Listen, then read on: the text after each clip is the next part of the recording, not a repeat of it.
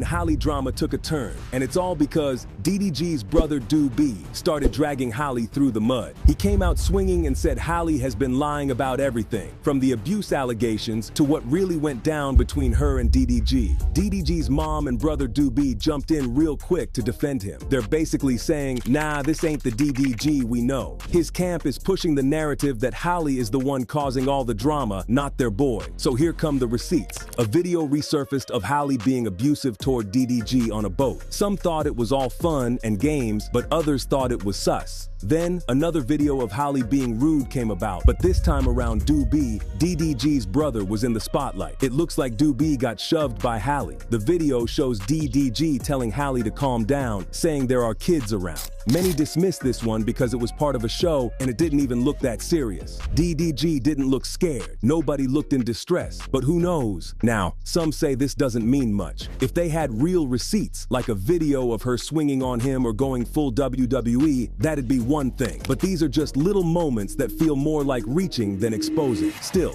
duped, DDG's brother, is out here talking big. He's saying he has text messages and proof that Halle is lying. He even got emotional in one video, talking about how DDG hasn't been able to see baby Halo. Duped is claiming Halle is trying to ruin DDG's reputation and keep their son from him. But let's be real, he hasn't dropped a single receipt yet. Regardless, this alone got people talking. As you know, it's been war ever since Halle Berry came out and dropped some serious allegations against DDG. According to her, he was abusive, and she went straight to court with it. She filed a restraining order, and it got granted. On top of that, she's now got temporary sole custody of their baby, Halo. So DDG is really out here catching L's from every angle right now. Halle's allegations are serious. She claims DDG pulled her hair, slammed her face against a steering wheel, and it left her with bruises and a chipped tooth. She also said he's been trying to sabotage her career and hasn't been helping out with their baby at all. So from her side, this isn't just some petty breakup drama. She's talking abuse, career sabotage, and full-on emotional warfare. Meanwhile, DDG is saying it's all made up and just a strategy Halle's using to win custody. He claims she's twisting the narrative and that she's the one being aggressive. And listen, this whole situation has the internet divided. Some fans are riding with Halle no matter what, especially after seeing how quickly the courts moved to give her a restraining order. Others think we still don't have the full story and want to see more receipts before picking a side. One thing's for sure though, this drama ain't over, not by a long shot. Now we gotta ask y'all, what do you think? Are those videos enough to paint Halle as the abuser, like duped and his mom are trying to tell us? Or is DDG's camp just trying to deflect attention from what's really going on? Drop your thoughts below and don't hold back.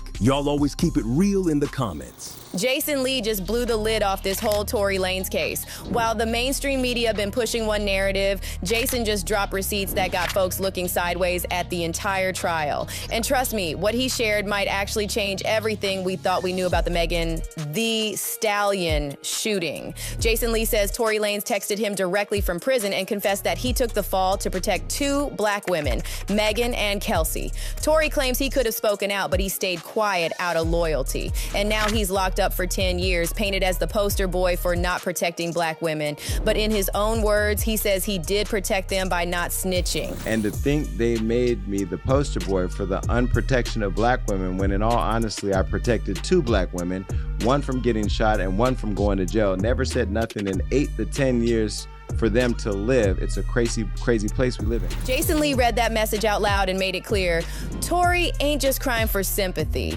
He's giving details that line up with what his legal team's been screaming since last year, that Kelsey Harris, not Tory, was the one who fired the shots. And y'all, this lines up with what Sean Kelly, the only non-party witness, said in court. Dude testified he saw two women fighting. He even claimed the shorter guy, Tory, tried to break it up and stop the shooting. Tory's lawyers said the same thing.